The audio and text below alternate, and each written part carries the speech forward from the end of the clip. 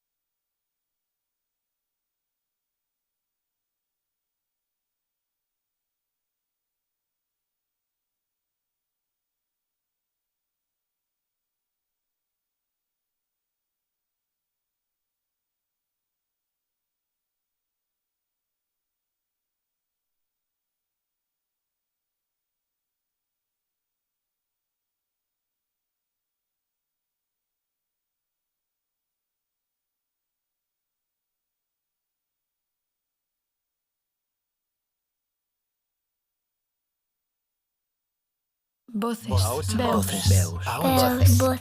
Desde la primera en informar hasta la última en llegar, queremos oírlas y ser su altavoz para que las oiga el mundo.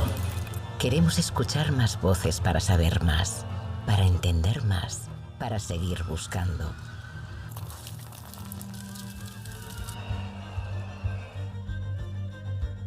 Porque es nuestro oficio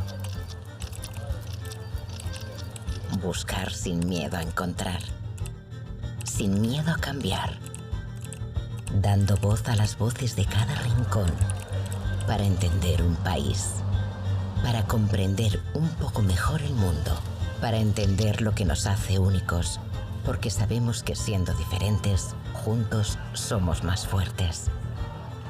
Un coro de voces para romper el silencio, desde el inconformismo, desde la vocación de servicio, para no olvidar el pasado, para comprender el presente, para construir un mejor futuro. Prensa Ibérica. Voces bienvenidas.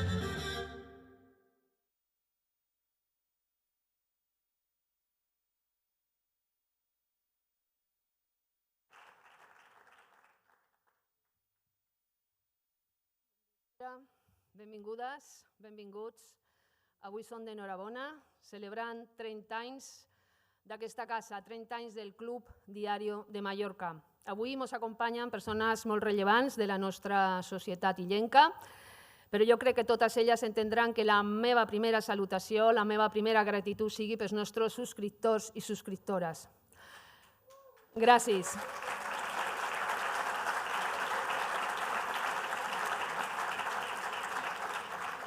Heu tingut una inscripció preferencial perquè vos volien agrair de tot cor que vosaltres doneu suport en el periodisme, teniu el Diari de Mallorca com el mitjà de comunicació de referència per estar informats i això mereixia, com vos dic, que tinguéssiu un tracte preferencial. Moltes, moltes gràcies. Com vos he dit, avui tenim gent rellevant de la nostra societat i entre altres tenim polítics de tot color. I jo tinc entès que el dia 28 de maig teniu una fita important, una fita que està suscitant molta emoció, molt d'interès informatiu. Nosaltres seguim dia a dia, fent la compta enrere i estem allà donant informació de tot el que està passant entorn a aquestes eleccions. Però vull que recordeu també que uns dies abans teniu una fita rellevant també en aquesta casa. El dia 2, el 3 i el 4 de maig farem aquí debats electorals, debat al Parlament, debat al Consell de Mallorca i debat a l'Ajuntament de Palma. Estau tots convidadíssims.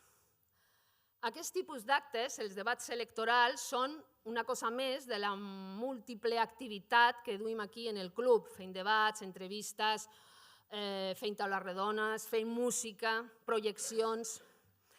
I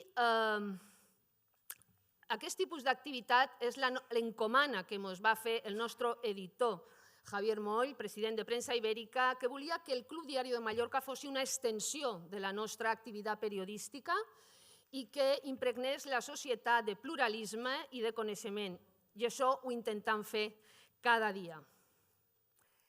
Aquest club ha complert 30 anys i no hagués estat tampoc possible sense la feina, la passió i l'empenta que li han posat les persones que han estat aquí al capdavant. Jordi Bayona, que avui no ens ha pogut acompanyar, Miguel Borràs, Mercè Marrero, Alberto Fraile i ara Maria Jesús Riera. Jo he pogut fer feina en tots ells i vos puc dir que és gent que mou cel i terra, contactes, agendes, el que sigui, per tenir aquí a les persones més adients, a les persones més preparades per abordar els temes que són els autèntics reptes de la nostra societat. Model econòmic, model turístic, canvi climàtic, desigualtat, transformació energètica. Hem abordat moltíssims de temes i ells s'han preocupat sempre que aquí, com vos dic, estigués la gent més preparada. També vull fer menció a Pere Estelric. Aquí hem creat un petit foro que se diu Foro Belver i Pere m'ho ha fet molt fàcil. El que intentem és que un pic al mes, més o manco, tenir una vetllada on la gent pugui dir Ha estat interessant, he après qualque cosa i en Pere, com vos dic, molt agraïda perquè ho ha fet realment fàcil. Darrere totes les bambalines he de citar Arturo Ramos, el responsable d'eventos que ens ha ajudat a fer a vegades possible lo impossible. I també a tota la redacció, a tot el personal de Diario de Mallorca que aconsegueix a través de les pàgines del diari, a través de la web, a través de les xarxes socials, que tot el que aquí passa tingui encara més projecció. Ara, quan complien 30 anys, deien, i què podem fer? Repassaven els personatges, les activitats, i deien, què podem fer per celebrar 30 anys, simbolitzar tot el que aquí s'ha acumulat d'història? I us he de dir que va ser una immensa satisfacció quan Iñaki Gabilondo va dir que sí.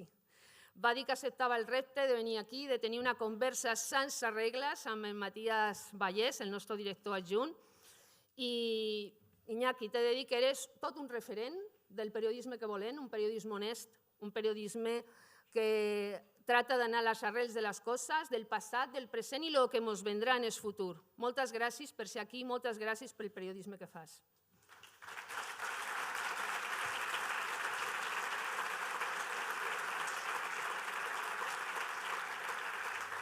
També hem d'agrair la participació de la coral universitària que avui, sota la batuta de Joan Company, interpretarà el primer tema, la primera peça que se va escoltar aquí quan se va inaugurar això fa 30 anys. Tothom en aquesta casa pot dir el que vulgui. Tothom té llibertat d'expressió.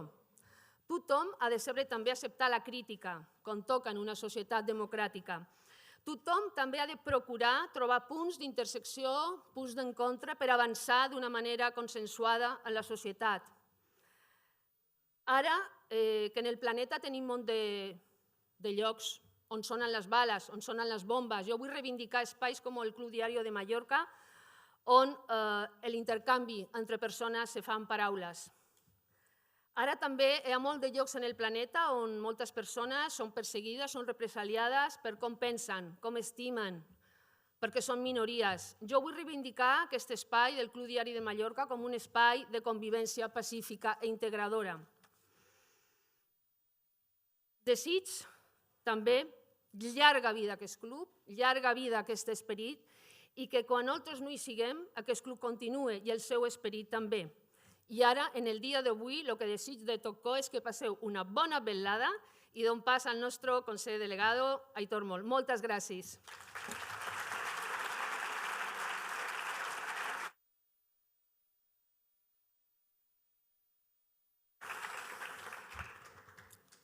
Bona tarda, senyora presidenta del Govern de les Illes Balears, autoritats de Balears i de Mallorca, subscriptors, amics tots. Bon vespre i benvinguts a aquesta commemoració dels 30 anys del Club Diari de Mallorca, una celebració amb la que volem reafirmar la voluntat del diari i de premsa ibèrica d'impulsar el diàleg civilitzat i constructiu, proclamar una vegada més el nostre compromís amb Mallorca i amb la informació de qualitat i donar-vos les gràcies per la confiança que rebem cada dia de la societat mallorquina. Los clubes de opinión son una de las señas de identidad más arraigadas de prensa ibérica.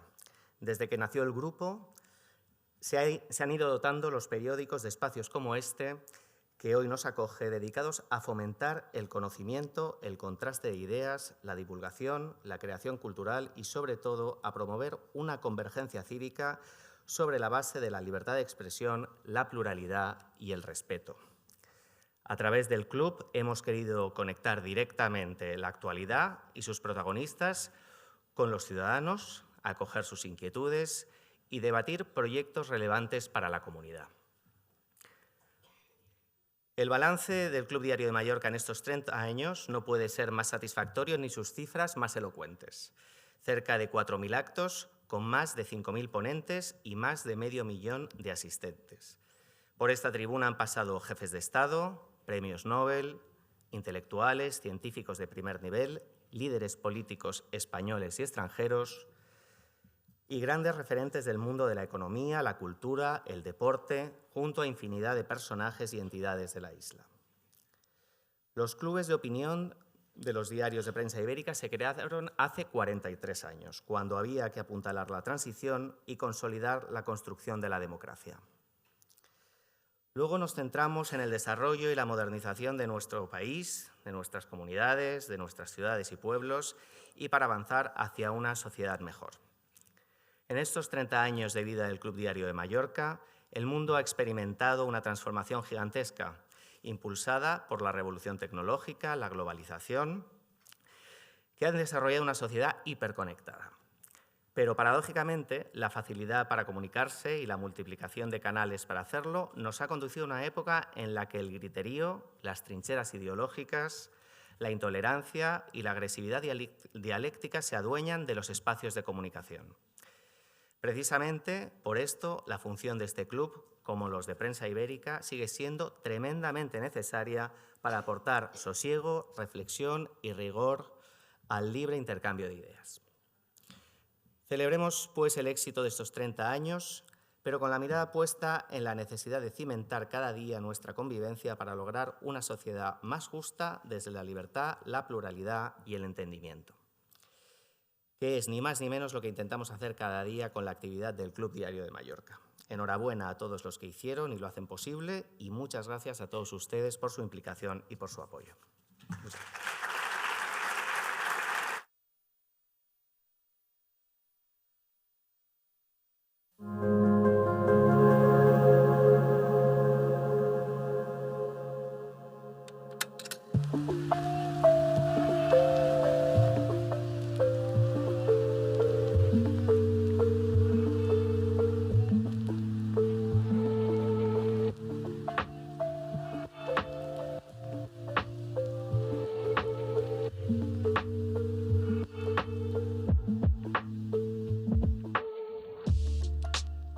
Jo el primer sentiment que tinc quan tinc que parlar del Club Diari de Mallorca és que és aquest sentiment d'impostura, perquè jo som marino mercant.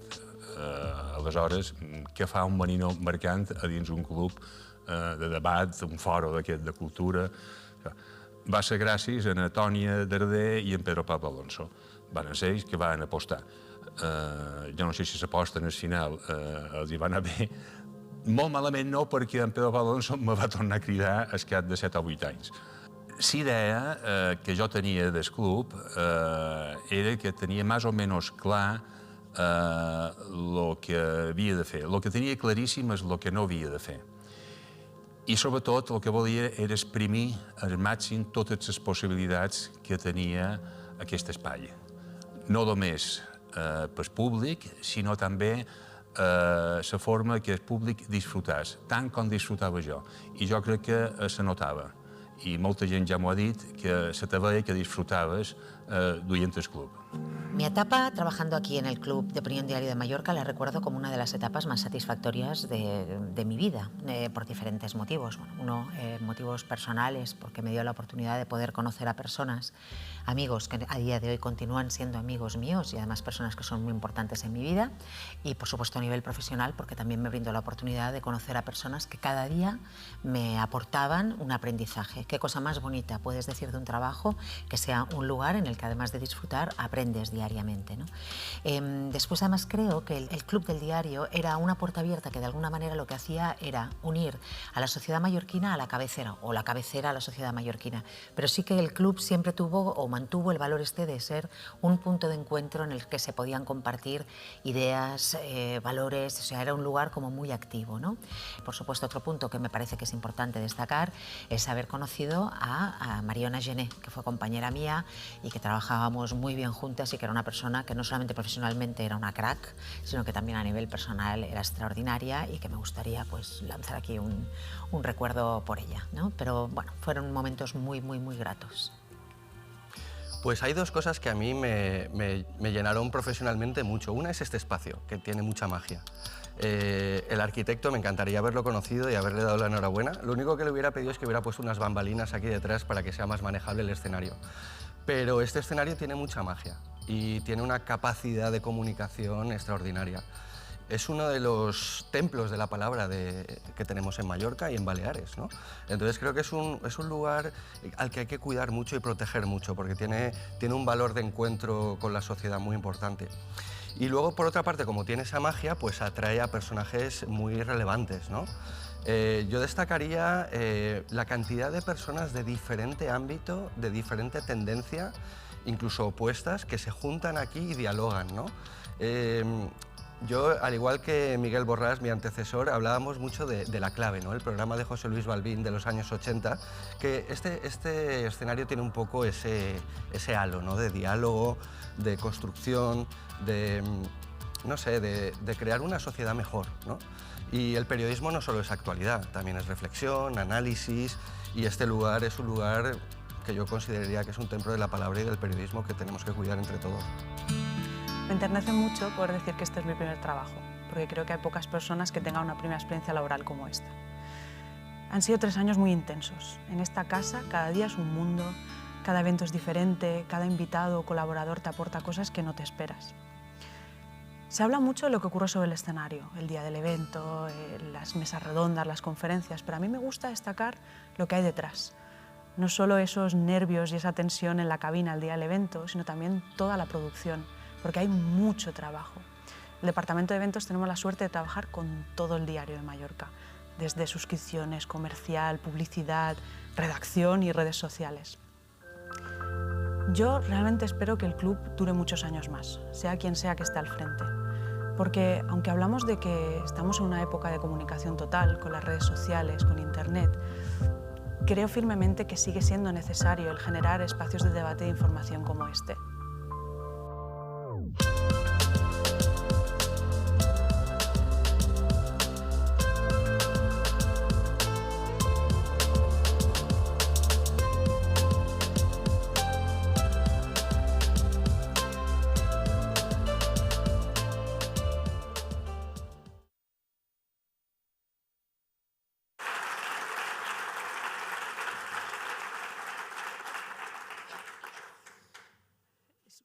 Tengo que disfrutar unos segundos de ver la sala así, de verdad.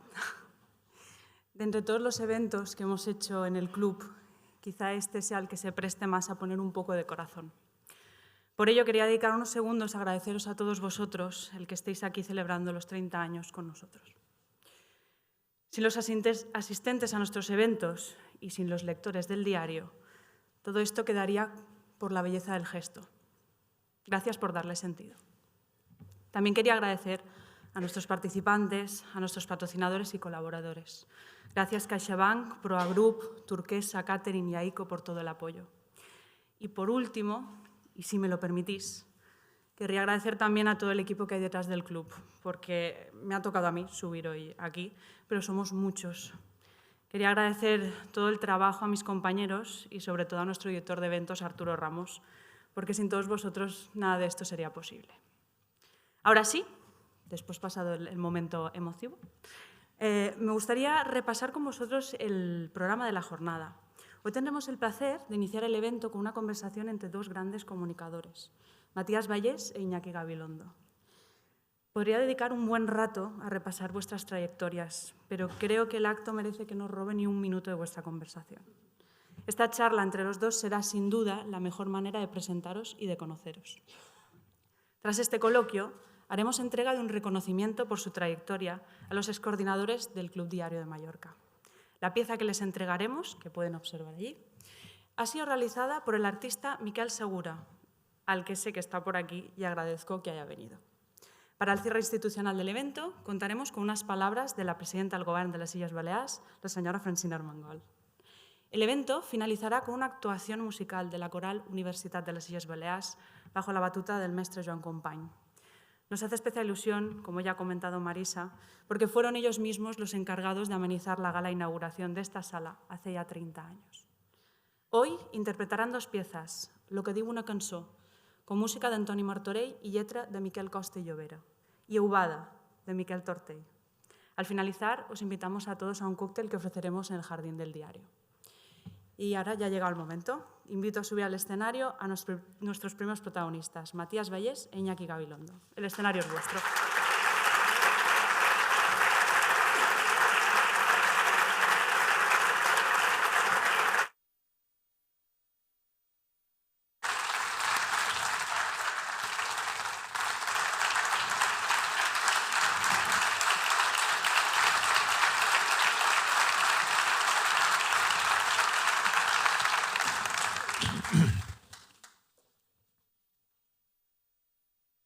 Buenas tardes a todos.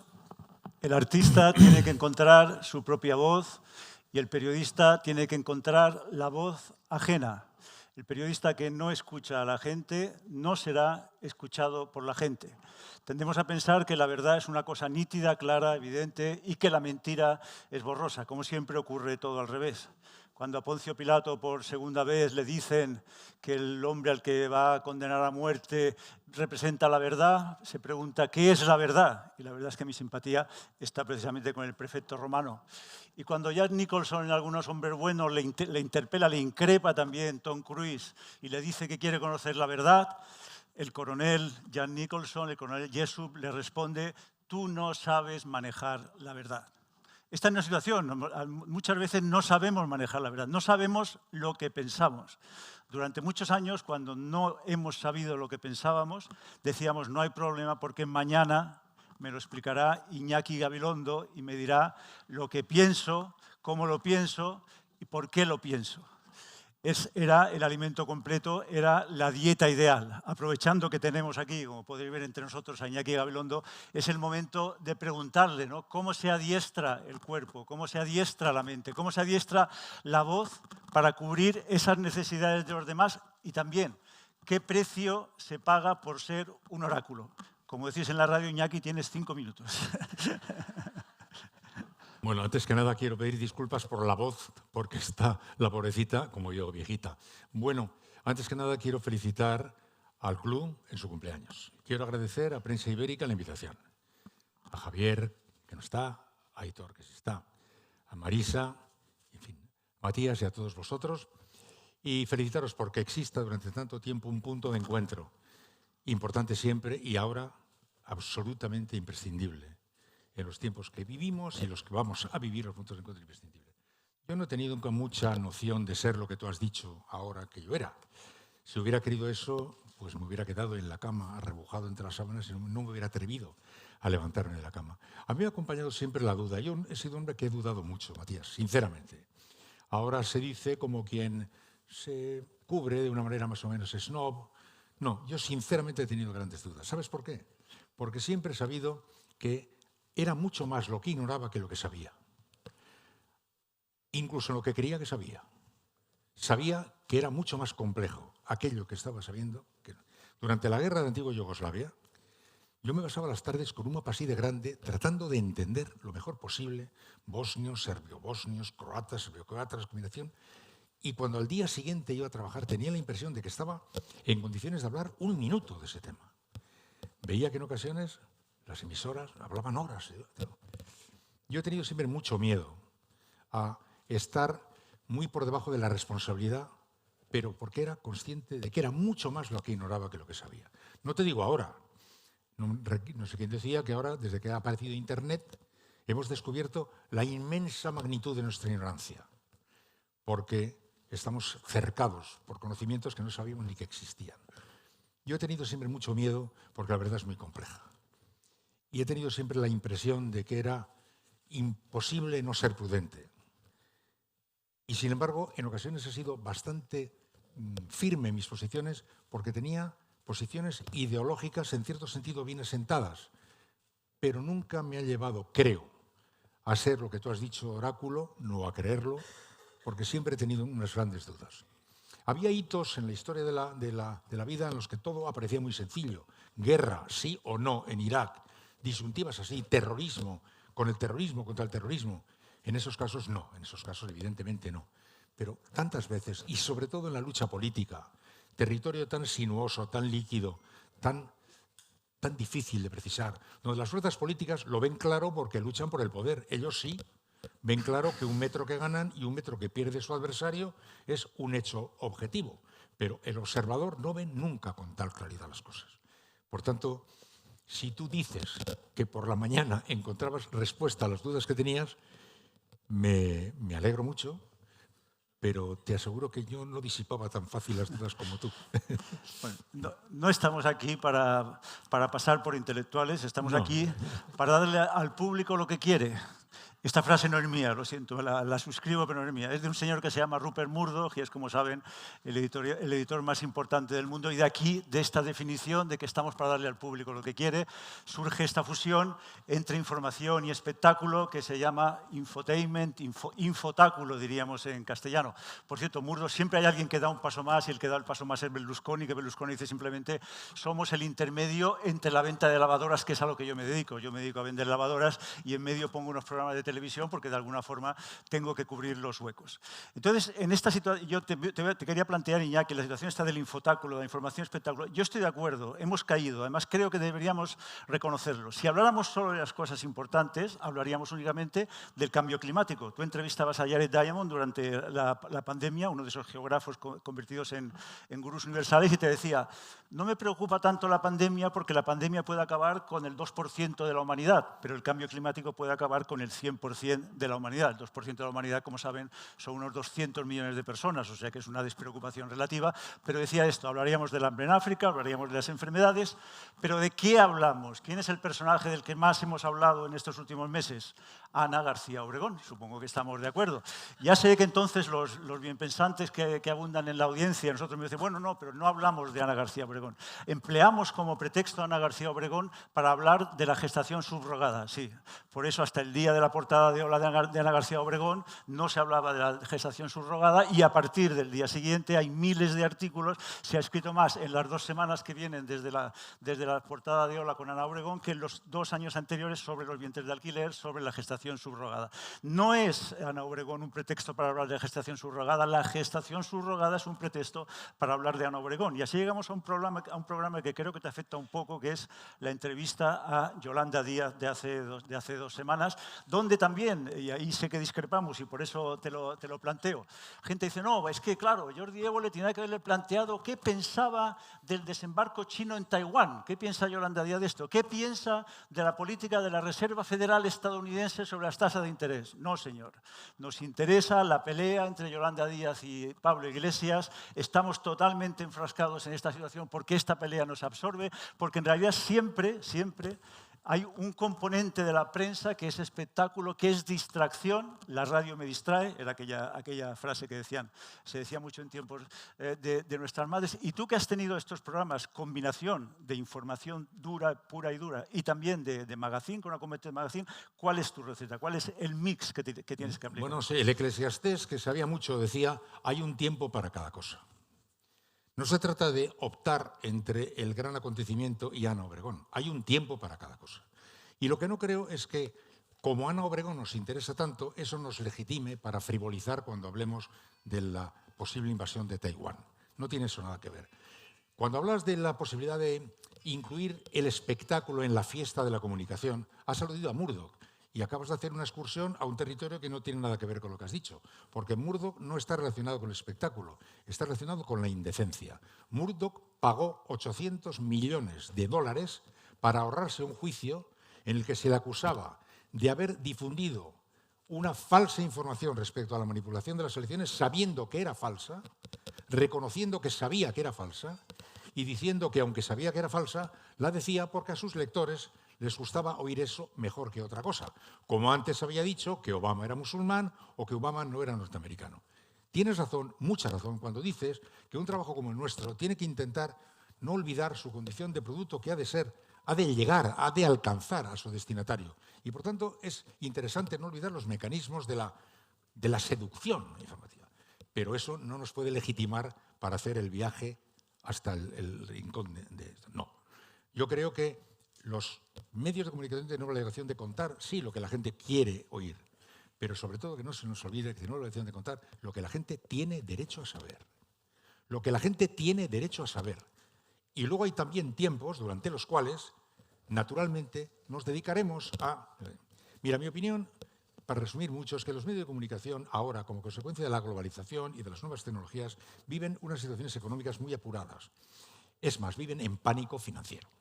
Y como viven en pánico financiero, están intentando llegar por el atajo más rápido al camino de la conquista de y están haciendo cosas de esas, como mencionando likes. Mirar, fíjate, la noticia que más ha gustado, más likes, buscando la legitimación en ese apoyo de la gente a las decisiones que hemos tomado para buscar el atajo. Mira, hemos de intentar, a mi juicio, compatibilizar todo lo que ha dicho, porque se puede compatibilizar recordando que hay un tiempo para cada cosa. Habría un tiempo para contarles lo del gatito que ha quedado en un árbol y que el bombero de Oklahoma heroicamente ha salvado. Y hay otro ratito para contar la amenaza que significa la situación de China ante Taiwán. Y no mezclarlas. Y desde luego no pensar que porque tienes razón y se trata de hacer digerible el producto de la comunicación, lo más luminoso, lo más atractivo posible, podemos llegar al extremo de Murdoch, que dice, yo como lo quiero hacer tan atractivo, aunque sea mentira y sepa, y aunque estemos hablando de un asunto trascendental para la vida y el equilibrio del país, miento, porque miento conscientemente que miento. Y si así le digo de Murdoch, fíjate querido, lo que diré de los colegas nuestros que han trabajado con Murdoch y que lo han hecho. Los periodistas, porque Murdoch es un sinvergüenza redomado, pero sus colegas, nuestros colegas que hicieron lo mismo y que lo han dicho, no nos sabíamos que era mentira, sí, ya sabíamos, pero a ver quién le dice a nuestros oyentes que no tenía razón Trump. Mira, perdona, eso es llevar las cosas a un extremo radical. El debate que has planteado es muy cierto, muy real, ahí se está jugando nuestro oficio, pero no podemos por eso legitimar las barbaridades que se están haciendo fuera, ¿eh? Bien, vamos con la política, estamos en campaña y hemos de hablar de política. En los últimos 10 años, cuando creíamos que la transición o lo que fuera ya estaba apaciguada, acabada, resuelta, surge una generación de salvajes, primitivos, jóvenes, mal vestidos, con coletas, que resulta que hablan como nadie, debaten como nadie, son mejores que todos sus predecesores en el conocimiento de la transición, en el conocimiento de la política, en el conocimiento de los funcionamientos de la sociedad de masas, que además consiguen unos resultados espectaculares, que colocan nada menos que a un señor llamado Pablo Iglesias. Pablo Iglesias es el primer político español que se aburre como vicepresidente del gobierno, tiene que dimitir porque se aburre como vicepresidente del gobierno, igual que Barack Obama fue el primer político americano que se aburrió durante 8 años en la Casa Blanca. La Casa Blanca era demasiado poco para sus capacidades. Y del mismo modo que Feijóo es el primer político que se aburre de la Moncloa antes de llegar a la Moncloa, es decir, ya está cansado de la Moncloa antes de llegar a la Moncloa. Y así desembocamos otra vez en Yolanda Díaz. Y la pregunta, por supuesto, que sabes que te voy a hacer, es, primero, ¿Yolanda Díaz puede ser presidenta del gobierno? Y segundo, ¿qué decía el WhatsApp que te envía Yolanda Díaz durante la entrevista de Jordi Évole? Bueno, para ir por partes, oye, porque eres muy torrencial, como todos ustedes saben, y has soltado así un chorro, porque han pasado 14 cosas en fila india, pero yo me he quedado con algunas. Cuando llegan los chicos jóvenes del 15M y llegan al poder haciendo una cosa formidable, efectivamente demuestran un conocimiento extraordinario de muchas cosas, lo recibimos como un chorro de aire fresco, nos parece muy importante y demuestran saber muchas cosas, pero hay una que no han terminado de saber. Cómo se construye la realidad política. Construyeron círculos radicalmente democráticos, indiscutiblemente democráticos, y trataron de armar con esos círculos democráticos una fuerte alternativa política. Y descubrieron la dificultad de convertir la guerrilla en ejército regular. Convertir las guerrillas en ejército regular es muy difícil.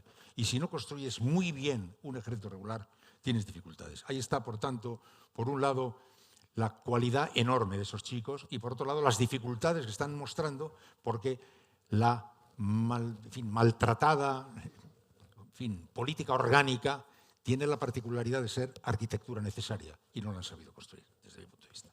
Volviendo a Yolanda. Bueno, estaba yo en mi casa, yo a Yolanda la he visto una vez en la entrega de premios de Infolibre, nos saludamos afectuosamente durante 10 segundos y tuve noticias de ella el otro día cuando, estando en mi casa, recibo un WhatsApp que me dice: hola Iñaki, soy Yolanda, te digo que es que me han entrevistado en el programa de Jordi Évole y he dicho que mencionó tu nombre como presidente de la República, unas cosas de estas. Y dice, bueno, no te he avisado, disculpa y tal. Entonces le contesté diciendo, chica, ¿qué cosas andas diciendo por ahí? Creo que el humor gallego ha alcanzado ya el límite de sus posibilidades en ese sentido. Un disparate, pero chico, bueno, aleluya. Pues nada, eso es lo que te puedo decir, que me mandó ese mensaje, porque yo creo que ella, como habló con Jordi Évole bastante rato, y como luego Jordi Évole edita el programa, ella pensó que a lo mejor eso no salía. Pero cuando vio que salía, dijo, arrea, a este no le he dicho nada. Me ha contado que no. Bueno, la verdad es que fue una humorada excesiva y una pequeña imprudencia, y a mí una faena me hizo, porque debería saber que en la sociedad en la que vivimos, soltarte en medio del cuadrilátero, como ella me soltó, es colocarte en un lugar donde llueve los tomatazos. Lo cual quiere decir que a los 5 minutos empezaron a llegar memes de todos los lados y tal, cosas de eso. Pero este idiota, este imbécil, o sea, que me pusieron a bajar de un burro. Yo no había hecho nada, más que caer en la jurisdicción. Yolanda, has dicho que si puede ser presidente del gobierno. Sí. Pues mira, ¿te acuerdas de la película Match Ball de Woody Allen? Sí. Está la bola así. Me parece a mí que en este momento la política española y Yolanda, como metáfora, pues tú las colocaba así, está moviéndose en una horquilla que va del éxito más rotundo a la posible desaparición según cuelga la bola, medio centímetro por aquí o por allá. Es decir, las posibilidades de que una izquierda compacta y bien armada pueda revalidar la victoria de este gobierno de coalición progresista, etcétera, etcétera, existe. Y sí existe también la posibilidad de que no. Y según dicen los sabios, que yo no lo soy, está la cosa jugándose en un terreno muy sutil. En ese terreno tan sutil se juega también la posibilidad de que una figura como Yolanda puede llegar a ser una personalidad muy notable de esta operación y ser eventualmente una personalidad, o sencillamente quedar deglutida en un posible desastre derivado del desacuerdo que se produzca por la izquierda. En resumen, que no tengo ni idea de lo que puede ocurrir cuando Yolanda... Y tú, perdona, ¿y tú? No. Yo creo que la pregunta no es si va a ser presidenta del gobierno, porque eso es muy fácil. De cualquier político que nos pregunten, ¿va a ser presidente del gobierno? Y dices, no. No, si puede ser, sí. Si puedes, no, si va a ser. Si va a ser, no va a ser, no. Ha habido 8 presidentes del gobierno de España, contando al pobre Arias Navarro, que lo incluimos así por un argumento caritativo. Entonces, son 8 personas. Entonces, ¿cuántos no han sido presidentes del gobierno? Entonces, si de cualquier persona te dicen, ¿va a ser presidente del gobierno? Dices, no, no lo va a ser, y aciertas con un porcentaje superior al 90%. La pregunta es, ¿puede ser Yolanda Díaz presidenta del gobierno? Sí. Y es una situación en que hay, para mí, 3 mujeres clarísimamente que podrían Calviño. ser Nadia Calviño, sin duda, y Isabel Díaz Ayuso, pues también es una persona que para mucha gente podía ser presidenta del gobierno. Esto es un cambio. La pregunta es la siguiente. Una cosa es, ¿quién piensa usted que va a ser presidente del gobierno y quién quiere usted que sea presidente del gobierno? Ahora mismo hay más gente que quiere que Yolanda Díaz sea presidenta del gobierno que piensa que Yolanda Díaz pueda ser presidenta del gobierno. Cuando haya más gente que piense que puede ser presidente del gobierno que lo quiera, en ese momento Yolanda Díaz aumentarán sus perspectivas, sus posibilidades a la presidencia del gobierno. Porque hay una cuestión muy curiosa en las encuestas, hay un precedente magno, Hillary Clinton, 2016. En Estados Unidos se hacía la siguiente encuesta. ¿Usted está dispuesto a votar a una mujer como presidenta de Estados Unidos? Por supuesto, yo sí, pero ¿qué problema hay? Solo faltaría. No se me ocurre ni planteármelo. ¿Y sus vecinos y los no, estos no estan preparados, ellos no. Es decir, a cada persona que le ibas preguntando, él sí estaba en condiciones de aceptar a una mujer como presidenta del gobierno y no. Y quiero recordar lo que sucedió. Perdió Hillary Clinton, y no solo por Donald Trump. Y 4 años después, los demócratas buscaron a un hombre blanco, mayor, católico, político de toda la vida, con todas estas condiciones, y vencieron. Por tanto, puede haber incluso... Sí, pero no, Matías, pero ¿sabes en qué, digamos, no es muy exacta el paralelismo que estableces? En que Hillary Clinton era absolutamente conocida por la sociedad norteamericana. Demasiado conocida. O sea, todo lo... Exacto. Llevaba, en fin, el sello de Washington puesto y el establishment puesto. Pero era absolutamente conocida. El enigma en torno a Yolanda es que no es absolutamente no conocida. Yo el otro día, en esa entrevista que ha dicho Jordi Évole, le dije yo Évole y luego él públicamente, él reconoció que no tuvimos la oportunidad de conocerla. Yo, la broma que hizo sobre mí es un invento anecdótico porque para mí lo sustancial es que una figura que tiene un peso notable y que está jugando y va a jugar un papel muy importante, pues no es muy conocida. Teníamos la oportunidad de conocerla un poco mejor en su visión de la vida, en su visión del país, en su visión de las cosas, y no tuvimos esa ocasión de disfrutarla. Yo se lo reproché a Jordi y dije, hombre, te has entretenido mucho en la disputa interna, que es un tema importantísimo, pero no hemos tenido ocasión de conocerla mejor. Y él lo reconoció, porque efectivamente es así. Eso es lo que pasa de diferente respecto a Hillary, que con Yolanda Díaz ahora mismo estamos en una situación muy enigmática porque ella misma es un poco enigmática. Lo hemos visto en acción de gobierno de mucho valor, en algunas cosas muy destacadas y muy bien hechas, pero es muy poco conocida, creo yo, ¿no? Pero votamos también muchas veces a una fascinación. Es decir, yo sí, claro. Recuerdo estando una vez con Carlos Fuentes, con el escritor, hablando de Barack Obama, y me dijo, es como Fred Astaire. hombre extraordinario, pero no en la postura de Taiwán, sobre la invasión de Taiwán de Barack Obama. Es decir, se puede votar un peinado, se puede votar un estilo. Está claro que Obama, por ejemplo, era un hombre con un atractivo físico indudable que lo tenía. Y quería hablarte de otro hombre español con un atractivo físico indudable que se llamó Felipe González.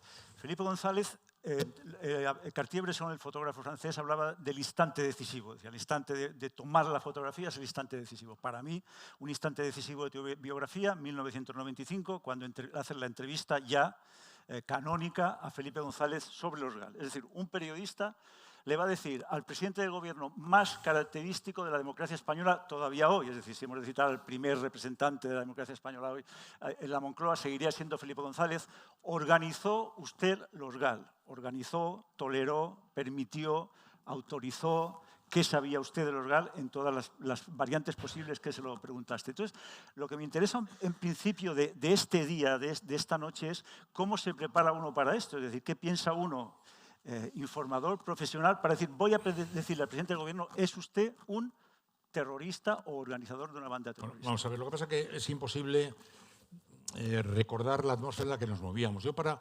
recordar la atmósfera en la que nos movíamos puedo dar solo un dato. Era un programa en directo, de media hora de duración, político, y tuvo 8 millones de espectadores. El doble que un partido de fútbol. Era tal la expectación que había en España, era tal la tensión concentrada en torno al tema que había en España. Te digo esto para responderte a la pregunta, porque la conversación que yo tuve con él, las preguntas que le hice al presidente, en ese sentido, estaban totalmente obligadas como consecuencia de la atmósfera a la que yo me refiero. El telediario que precedió a la conversación, la entrevista empezó a las 9:30, el telediario a las 9. Bueno, pues en el telediario de 9:30, que precede la entrevista, 20 minutos fueron sobre el GAL. 20 minutos fueron. Eso te sitúa ya en qué punto estaba el tema. Era, por tanto, insoslayable. No había otra manera de hablar. Y luego ya eso es pura técnica. Yo a Felipe le conozco mucho. Vamos, he tenido con él una relación muy profesional, aunque somos los dos de la misma edad. Él era el abogado laboralista de Sevilla, yo era director de Radio Sevilla. No teníamos relación, pero nos hemos sabido durante toda nuestra vida, ¿no? Y luego ya hemos tenido conversaciones más largas. Y claro, Felipe González es un hombre de discurso largo. Cuando tú haces una entrevista en tiempo real, hay 3 personajes. Uno, el que pregunta, otro el que responde y otro el reloj. Y entonces, un tema puramente técnico quiere decir que cuando una persona que tiene un discurso, el que conozca a Felipe sabe que a Felipe le dices una cosa y se lo toma como el título de una conferencia. Y entonces, es así, o sea, que, bueno, yo le aprecio un montón, pero es así.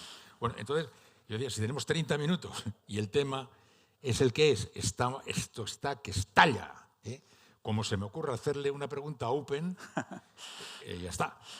Como por otra parte, el asunto era delicado, lo mejor que podía esperar es que le hiciera una pregunta open para colarse por la gatera y tenerme media hora allí en silencio.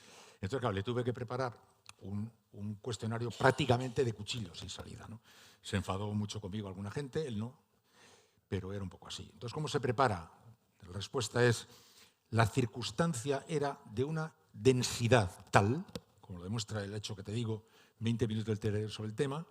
Cuando llegamos al plató, al directo, fuimos desde maquillaje hasta el plató con 100 fotógrafos alrededor. O sea, es que era una cosa verdaderamente inexplicable de contar.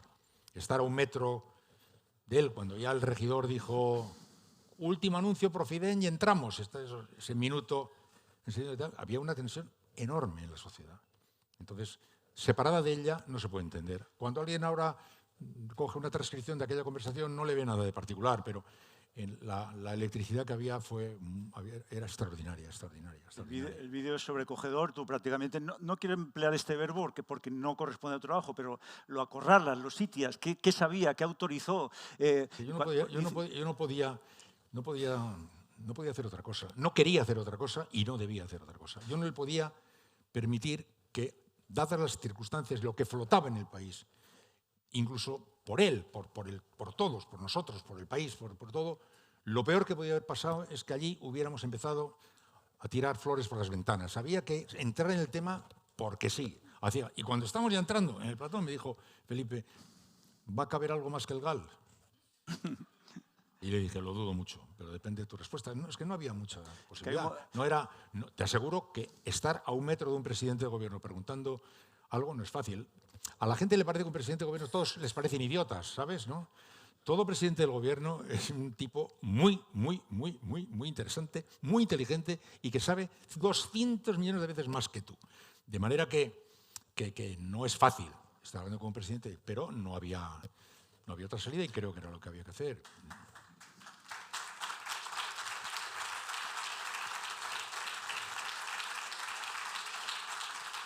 Salimos de esto, es muy interesante el vídeo de la conversación, es muy interesante el momento que te dice sé lo mismo que usted de los GAL al final de la conversación hay una mueca, hay un gesto tuyo que la primera impresión es no he conseguido la confesión, el reconocimiento, pero lo que es piedad por él, es decir, usted se ha equivocado, usted no ha hecho lo que tenía que haber hecho. ¿Sabe lo que pasa? Que eso es muy fácil de hacer, es que es muy fácil ser otro. Es muy fácil ser seleccionado nacional, es muy fácil ser alcalde, es muy fácil todo. Cuando estamos 4 parejas cenando, todos sabemos muy bien cómo hubiera debido separarse Pepito, que se puede separar, sí, pero hay que hacerlo bien. Todos sabemos cómo hay que educar al adolescente de Manolito, qué desastre, porque hay que educarle bien. Todos sabemos hacer eso muy bien. Lo de los otros lo sabemos hacer muy bien. Pero es bastante complicado todo. No me acuerdo exactamente, me acabo de perder levemente. ¿Qué me has dicho? Cuando él te dice, sé lo mismo que usted. No, quiero decir que yo creía en aquel momento, no creía, pensaba yo según la conversación. Si ahora Felipe dice, ¿os acordáis que un día Felipe González dimitió por lo de la OTAN y luego volvió bajo palio? Si en aquel momento Felipe González dice, dice, mire usted, yo soy completamente inocente, pero me siento responsable. Y si se han hecho las cosas que se dice que se han hecho, bajo mi responsabilidad, asumo la responsabilidad y me voy a mi casa. Y le llama España y le trae de nuevo bajo palio. Es mi opinión. En cambio, un año después estaba fuera de la... Pero también te digo que es muy fácil decir eso. Es muy fácil decir eso. Me recuerda siempre que el periodismo me traiciona o me defrauda, 3 veces al día, no más. Voy a Jeremy Paxman, el presentador de Newsnight de la BBC, que le preguntó a Tony Blair, el equivalente inglés de Felipe González, me parece que no es descabellado decirlo, siendo primer ministro, siendo presidente del gobierno, en vísperas electorales para volver a ser presidente del gobierno, 23 veces la misma pregunta, las mismas que tuvo. O sea, usted no sabe cuántos inmigrantes ilegales hay en el Reino Unido, reconozca que no lo sabe, dígame que no lo sabe. Solo que Tony Blair al final, que por supuesto lo sabía, lo reconoce después de 23 veces y lo dice. Pero quería pasar al primer párrafo de la biografía de Felipe González y al primer párrafo de la biografía de Bill Clinton y al primer párrafo de la biografía de otro personaje que se llama Juan Carlos I.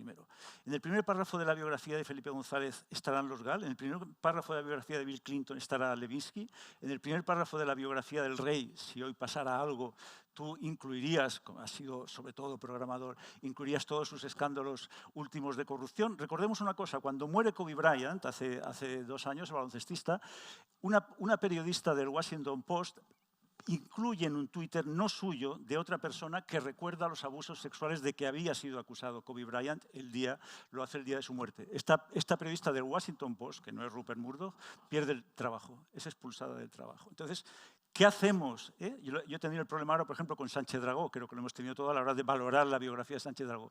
¿Qué hacemos con el primer párrafo de la biografía de Felipe González, sobre todo de Juan Carlos I? Hombre, no creo que me corresponda a mí hacer el primer párrafo.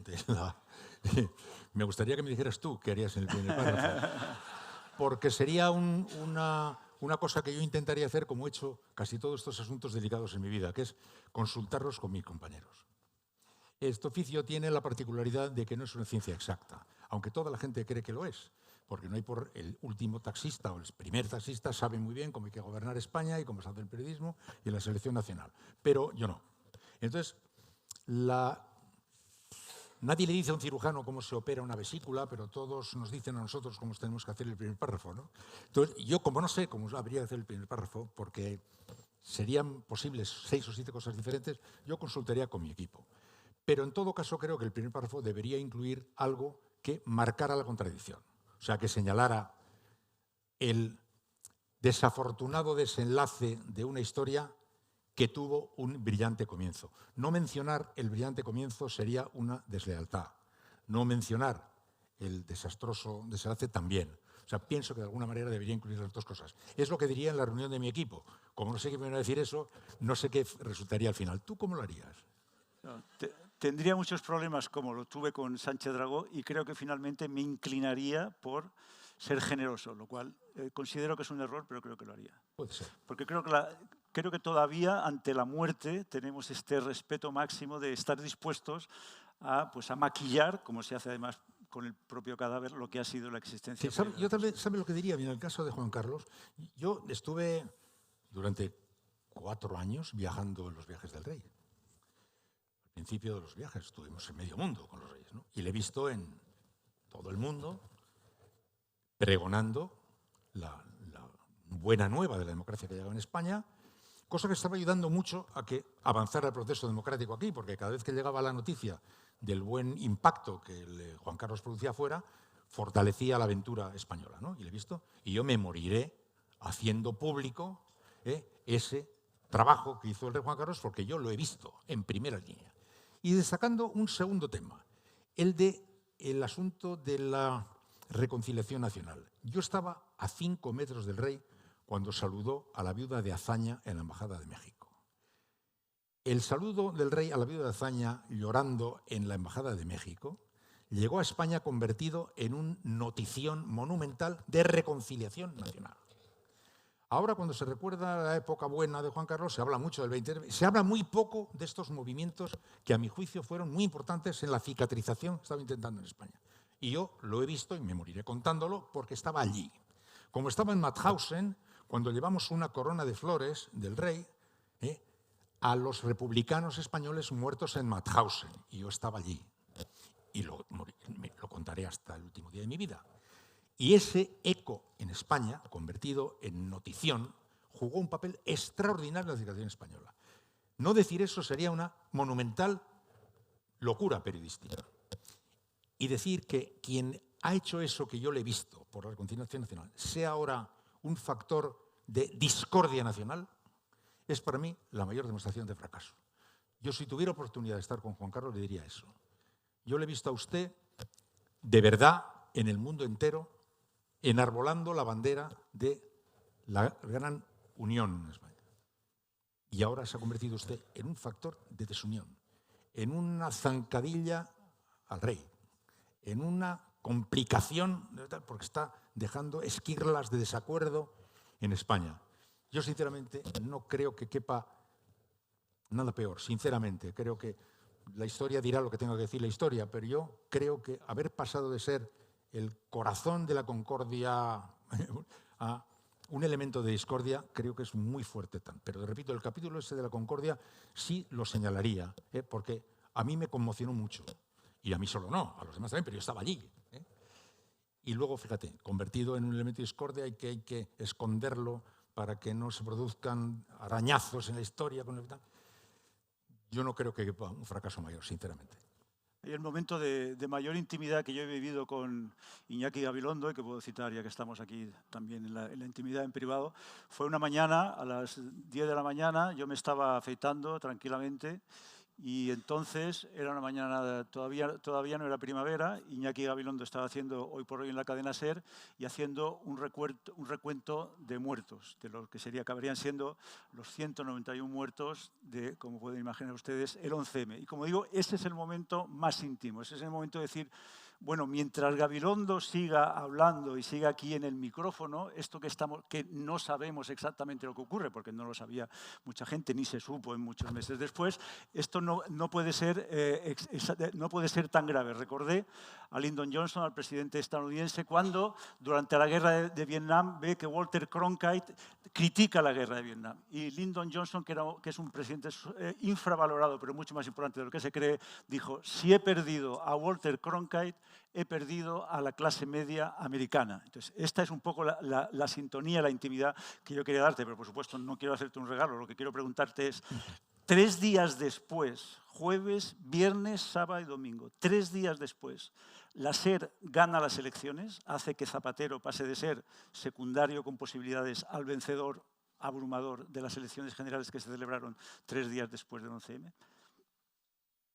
Mira, yo creo de todas mis experiencias profesionales, la que me ha producido una mayor amargura es el paso de la mayor exhibición de solidaridad nacional que yo he visto en mi vida a la mayor exhibición de fractura que yo he visto en mi vida, con apenas 3 días de diferencia.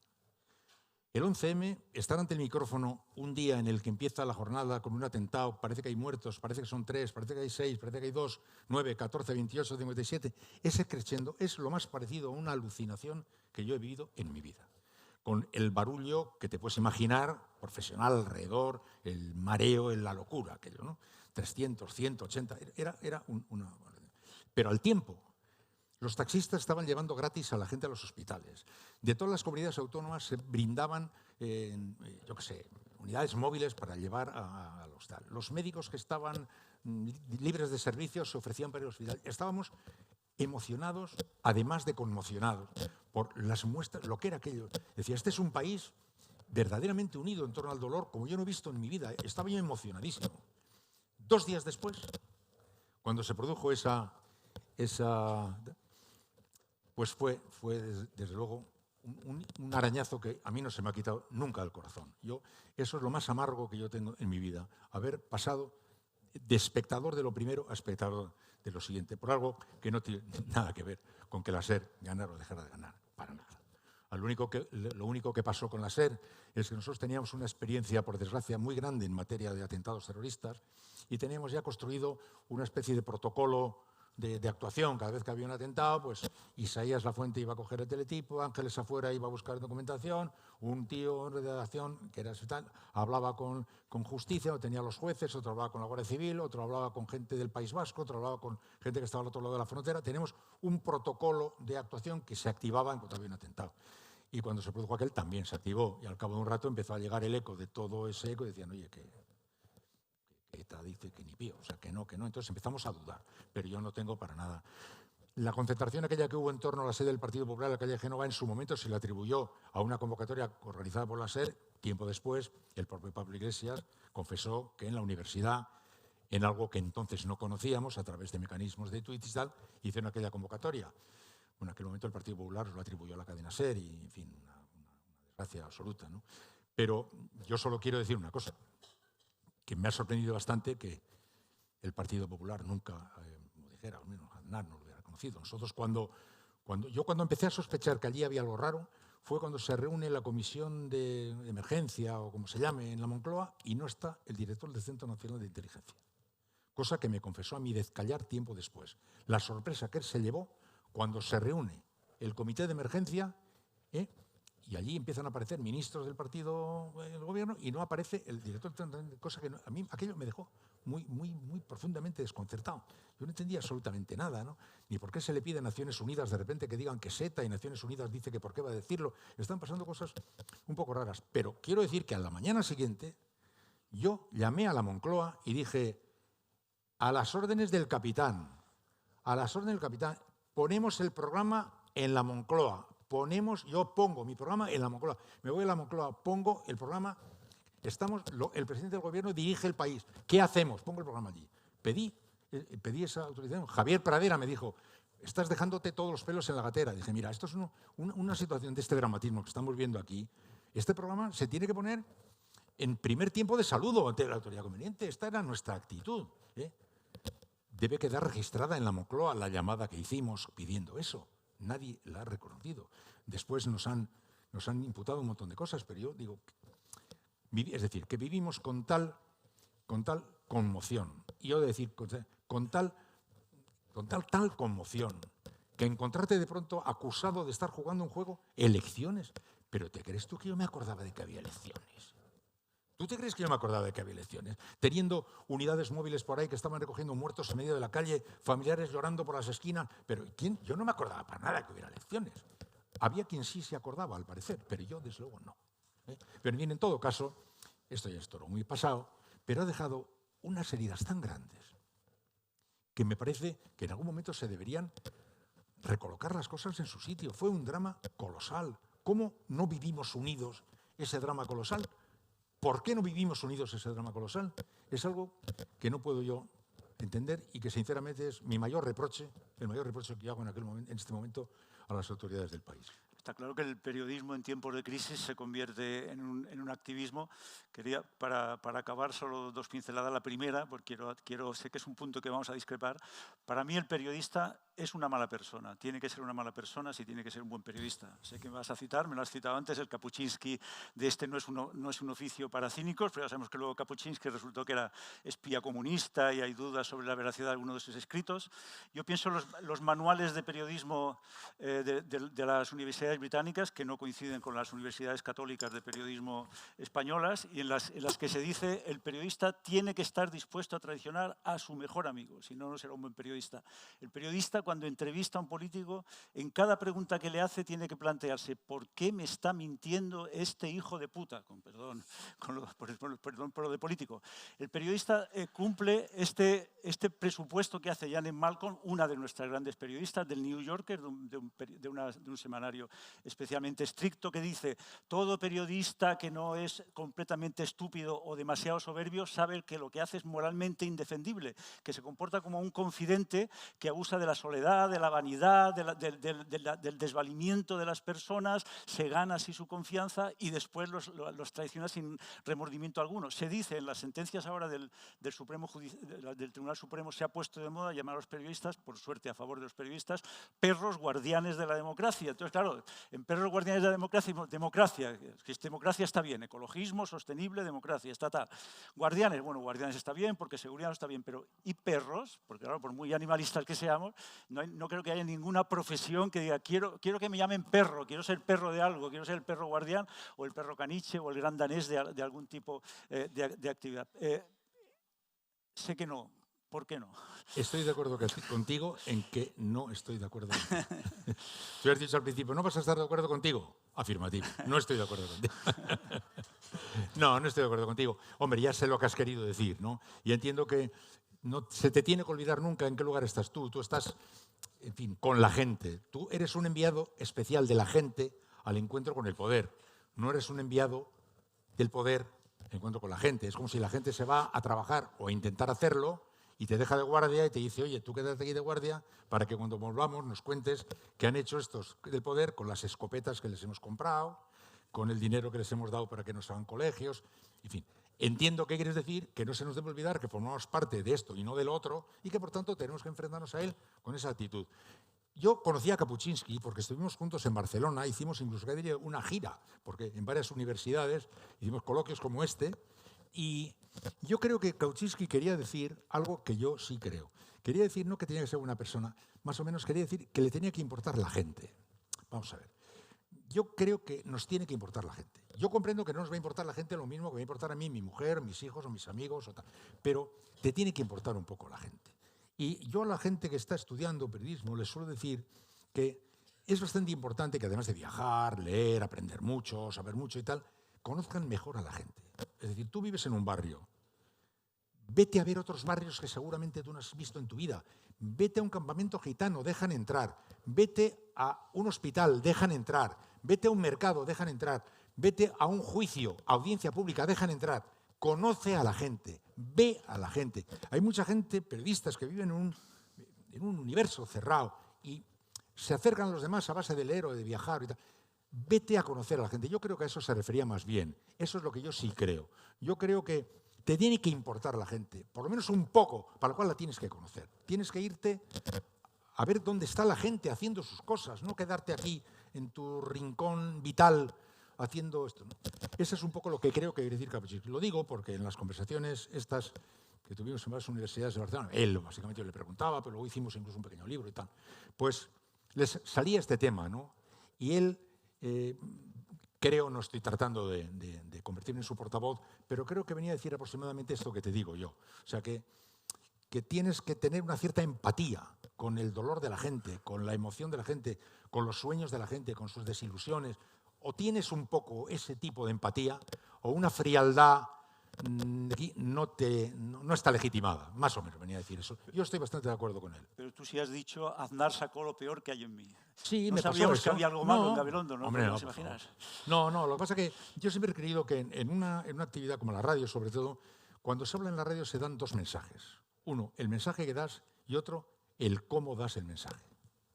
Yo creo que cómo das el mensaje es también un mensaje.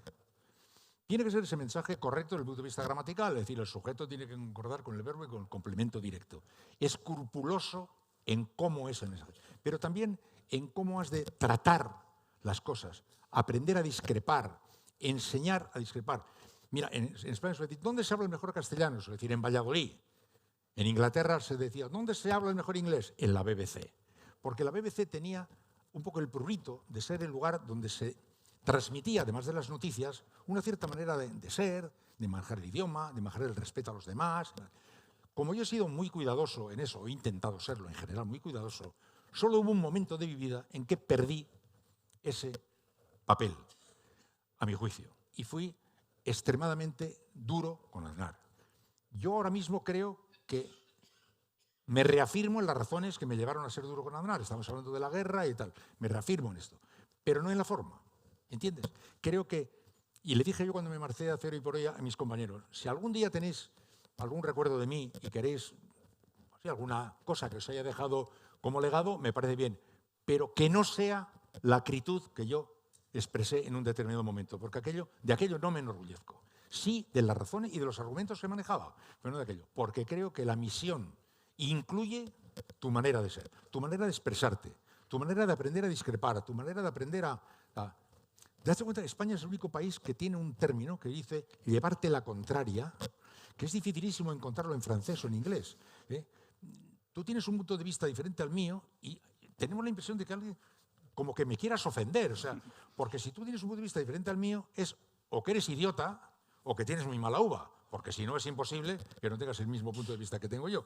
Eso en todos los matrimonios. Tú siempre me llevas la contraria, porque no parece normal que tengas un punto de vista diferente. Bueno, pues yo que creo que una manera de ayudar a convivir con los puntos de vista diferentes incluyen la responsabilidad de cómo decimos las cosas las personas que hablamos en los medios de comunicación. Cuando en un momento determinado de mi vida, pues Aznar, por cómo era él, o por cómo era yo, o por cómo eran los dos, pues me sacó un poco de mis casillas y me puse levemente feroche con él, pues digo que sacó lo peor que hay en mí. Pero repito, no me siento orgulloso de eso. Antes de que nos echen, porque me parece que estamos agotando el tiempo, y como todos estamos en el negocio de la autoayuda, sí me gustaría que dieras el consejo a los aquí presentes sobre lo que hace Iñaki Gabilondo cada mañana al despertarse, llueva, truene, relampaguee, cuál es su ritual, porque yo creo que de verdad que puede ayudar a más de uno de los que estamos aquí. Bueno, este señor está queriendo... En fin, realmente es que os va a parecer que estoy loco, pero puede ser. Yo todos los días cuando me despierto leo 20 minutos. Bueno, ya está. Pero nada que tenga que ver con la actualidad, de nada. Yo tengo libros de poesía, de historia, de pensamiento, y todos los días abro un ojo, hago mis abluciones matinales y me pongo a leer 20 minutos. Una novela, casi todo ensayos, hago de poesía, hago de filosofía, hago un libro en inglés, hago en francés, y todos los días hago eso. A mí me viene bien porque me da la impresión de como que me quita las telarañas de la cabeza. O sea, cuando tú te despiertas tiendes a estirar, pues como que me desentumece el cerebro, que de repente empiecen a circular otras palabras, otras ideas, otros conceptos, otras cosas. Me parece, bueno, no sé, puede que esté loco, pero a mí me hace falta. Y yo lo hago siempre, hoy también, mañana también, me vaya de viaje también, vaya donde me vaya. Y aunque me tuviera que levantar a las 4 de la mañana para ir a trabajar, también lo hacía, porque se ha convertido en una costumbre. Pero no sé muy bien, de estas personas van a pensar que estoy como una cabra. A lo mejor estoy como una cabra, pero ¿qué quieren? Me lo ha preguntado, se lo tengo que decir. Eso es lo que hago. Sí. Muchas gracias, Iñaki Gabilondo.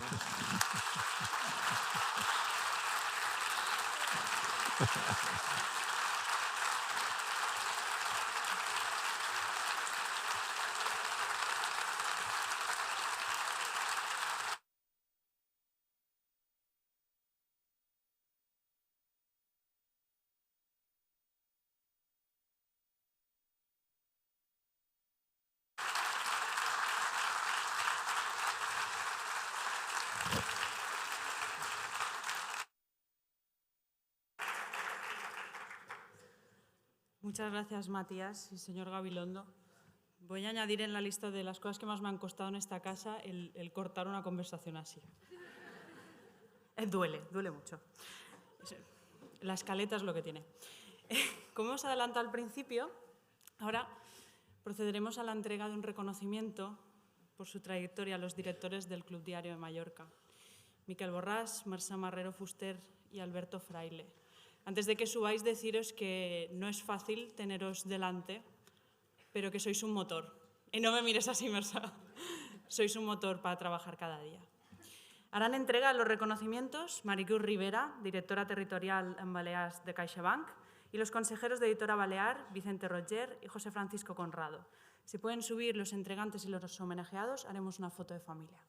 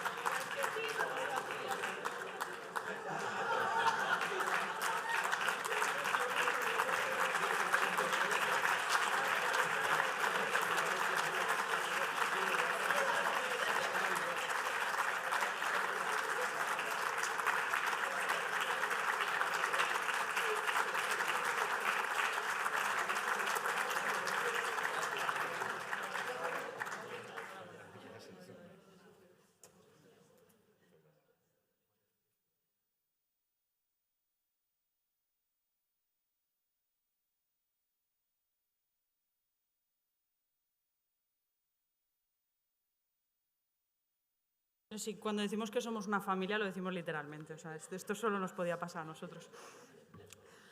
Antes de dar paso al cierre oficial del evento, quería recordaros que el acto acabará con una actuación musical de la Coral Universitat de les Illes Balears y que al final os invitamos a todos a un cóctel que ofreceremos en los jardines del diario. Y ahora sí, invito a subir al escenario a la presidenta del Gobierno de les Illes Balears, la señora Francina Armengol, para la clausura institucional. Muchas gracias.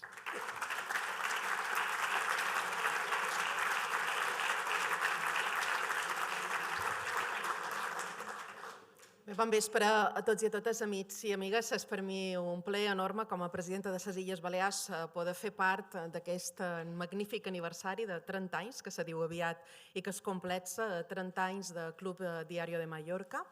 Les meves paraules primeres, evidentment, són per felicitar a tota la gent que ho ha fet possible durant tants anys, a tots els treballadors i treballadores i totes les persones que l'han dirigit, que l'han coordinat i que avui se'ls ha fet entrega d'aquest reconeixement públic.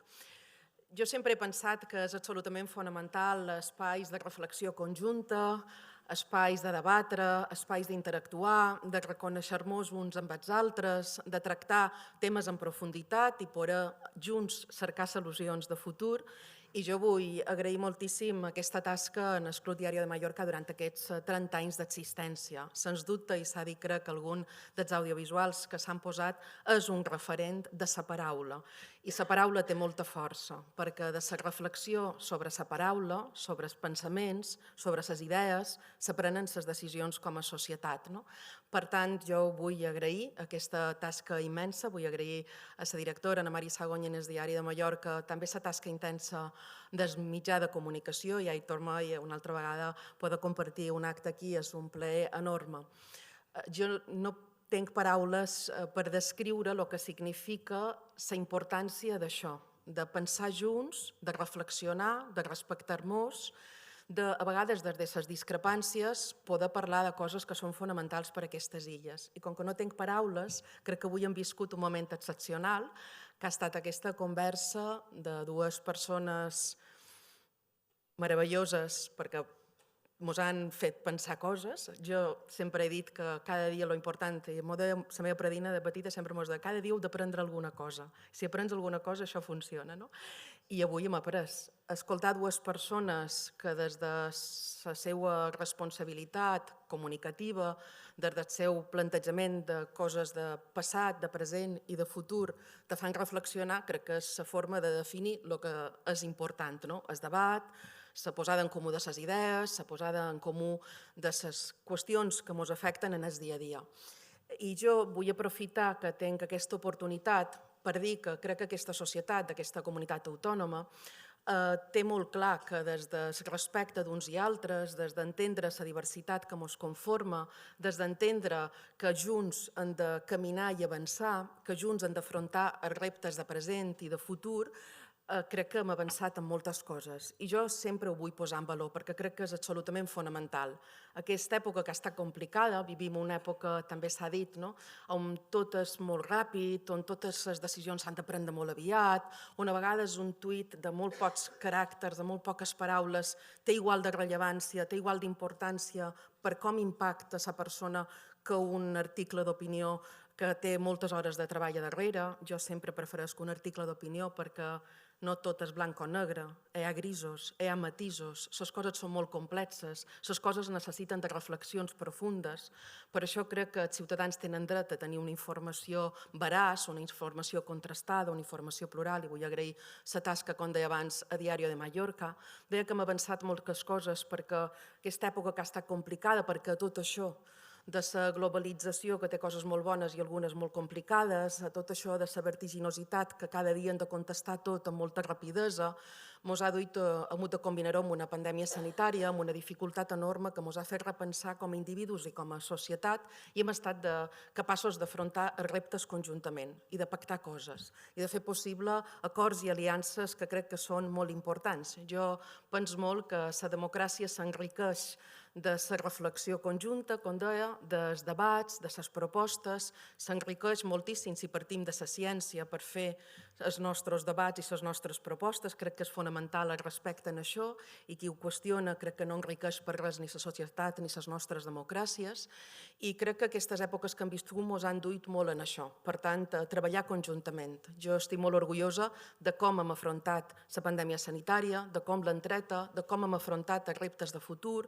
de com som capaços de plantejar-nos que aquí efectivament som unes illes que tenen moltes dificultats en termes de canvi climàtic, en com plantejam el repte d'assolir aquestes qüestions que ens afecten en el dia a dia de la nostra ciutadania, de com afrontam el repte de que tenim una societat que viu més anys, que envelleix i que té unes necessitats diferents, de com hi ha moltes persones joves i majors que senten totes soles i com han d'afrontar tots els reptes. Tot això, que ho heu debatut moltíssim en el Club Diari de Mallorca, ens ajuda moltíssim a prendre les decisions des de l'àmbit polític, perquè són reflexions molt profundes, molt complexes. Se necessiten respostes que són complexes, i que les hem de trobar junts com a societat, i que les hem de trobar junts des del debat serè, des de la tranquil·litat, de les propostes, des de la reflexió a partir de les evidències científiques, sense cap mena de dubte.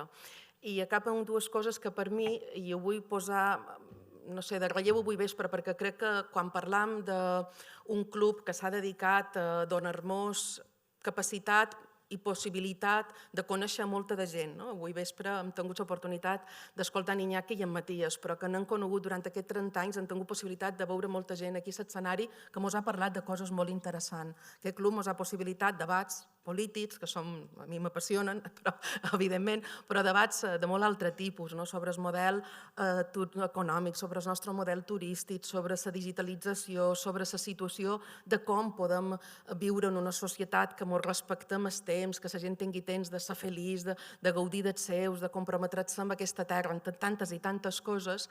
Jo volia acabar donant dues píndoles, perquè això se tracta de parlar de democràcia, de parlar d'una societat de present i de futur, parlar d'una societat que necessita posar-se d'acord amb els grans eixos i anar junts, avançar junts com a poble, que crec que és el que ens pertoca. Jo estic molt contenta de dues coses que han passat darrerament i tal vegada no han tingut o no han pogut transmetre en la força comunicativa suficient. Una és com hem acabat les sessions parlamentàries en aquesta legislatura.